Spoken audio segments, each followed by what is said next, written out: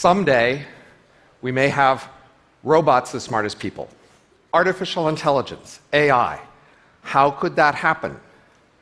One route is that we'll just keep accumulating better software like we've been doing for 70 years. At past rates of progress, that may take centuries. Some say it'll happen a lot faster as we discover grand new powerful theories of intelligence. I'm skeptical. But a third scenario is what I'm going to talk about today. The idea is to port the software from the human brain. To do this, we're going to need 3 technologies to be good enough, and none of them are there yet. First, we're going to need lots of cheap, fast, parallel computers.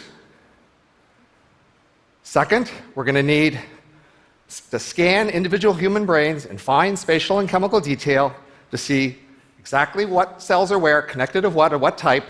And third, we're going to need computer models of how each kind of brain cell works, taking input signals, changing interval state, and sending output signals. If we have good enough models of all the kinds of brain cells and a good enough model of a brain, we can put it together to make a good enough model of an entire brain, and that model would have the same input-output behavior as the original. So if you talk to it, it might talk back. If you ask it to do things, it might do them. And if we could do that, everything would change.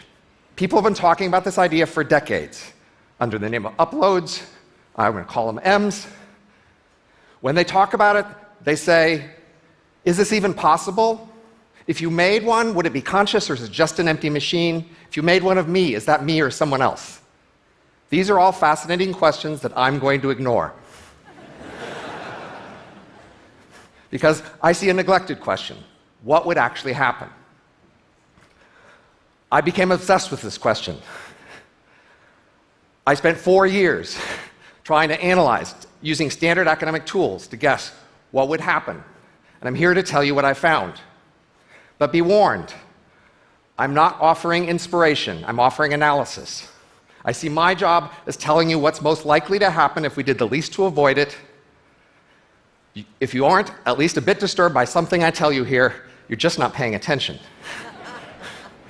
Okay, the first thing I can tell you is that EMs spend most of their life in virtual reality.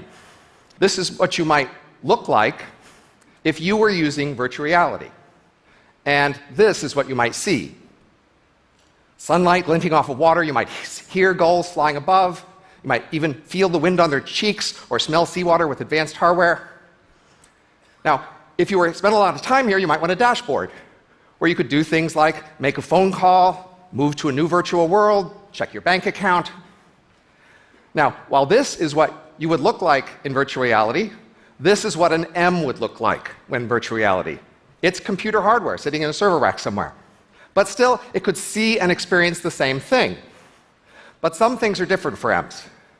First, while you'll probably always notice that virtual reality isn't entirely real, to an M it can feel as real to them as this room feels to you now or as anything ever feels.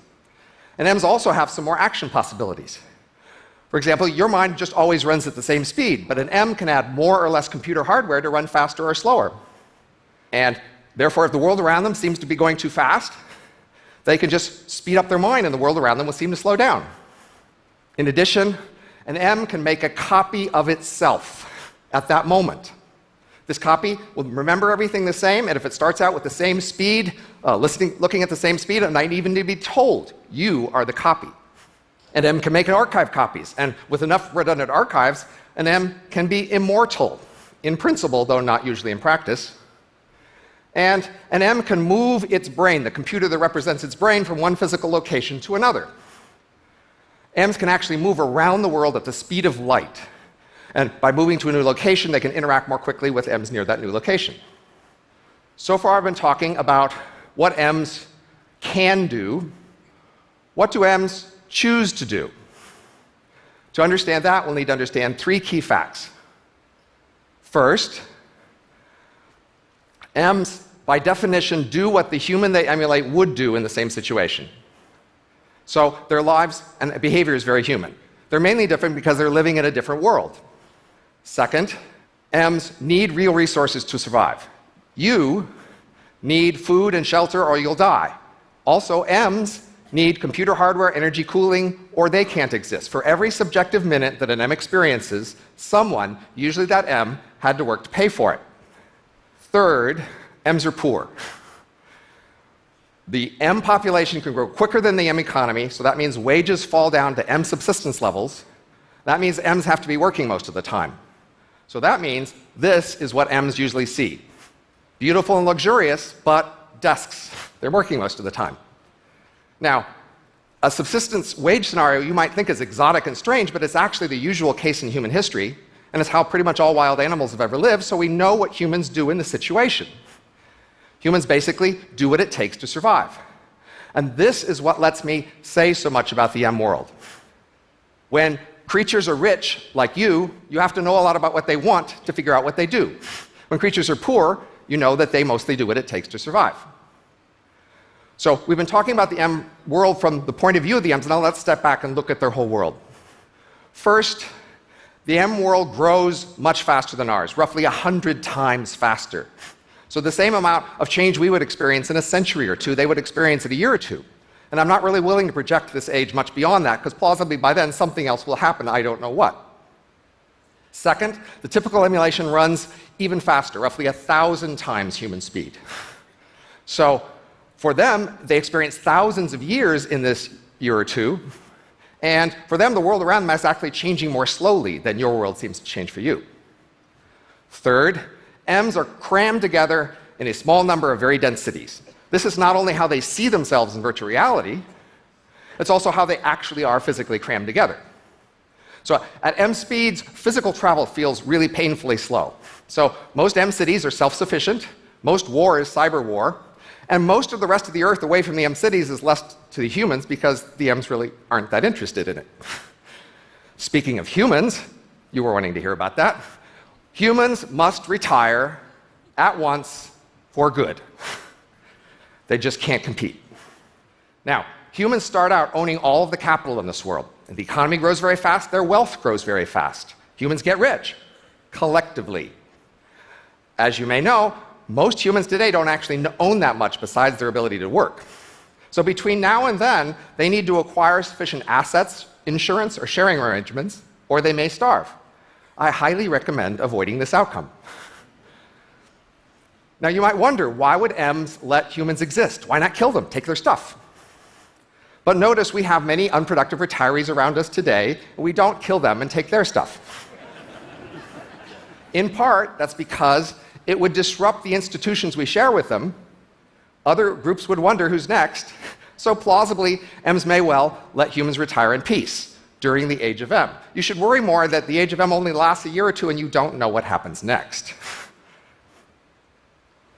M's are very much like humans, but they are not like the typical human. The typical M is a copy of the few hundred most productive humans. So in fact, they are as elite compared to the typical human as a typical billionaire, Nobel Prize winner, Olympic gold medalist, head of state. M's look on humans perhaps with nostalgia and gratitude, but not so much respect, which is, if you think about it, how you think about your ancestors. We know many things about how humans differ in terms of productivity. We can just use those to predict features of M's. For example, they tend to be smart, conscientious, hardworking, married, religious, middle-aged. These are features of M's.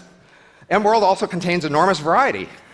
Not only does it continue on with most of the kinds of variety that humans do, including variety of industry and profession, they also have many new kinds of variety, and one of the most important is mind speed.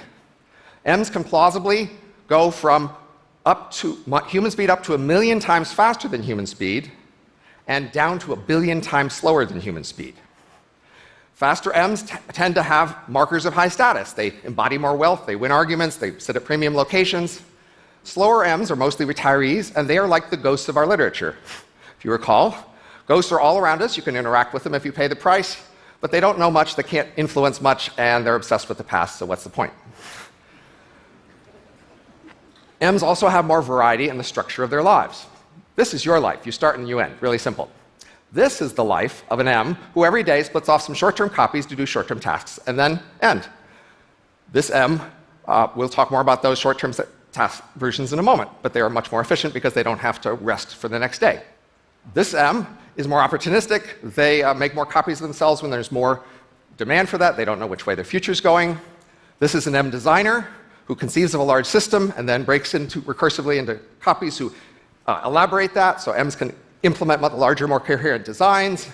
This is an emulation plumber who remembers that every day for the last 20 years they only ever worked 2 hours a day. A life of leisure. But what really happened is every day they had 1,000 copies, each of whom did a 2-hour plumbing job, and only one of them went on to the next day. Objectively, they're working well over 99% of the time. Subjectively, they remember a life of leisure. This again is you. You start and you end. This could be you if at the start of a party you took a drug that meant you would not remember that party ever after that day. Some people do this, I'm told. My question for you is, toward the end of the party, will you say to yourself, I'm about to die. This is terrible. That person tomorrow isn't me because they won't remember what I do.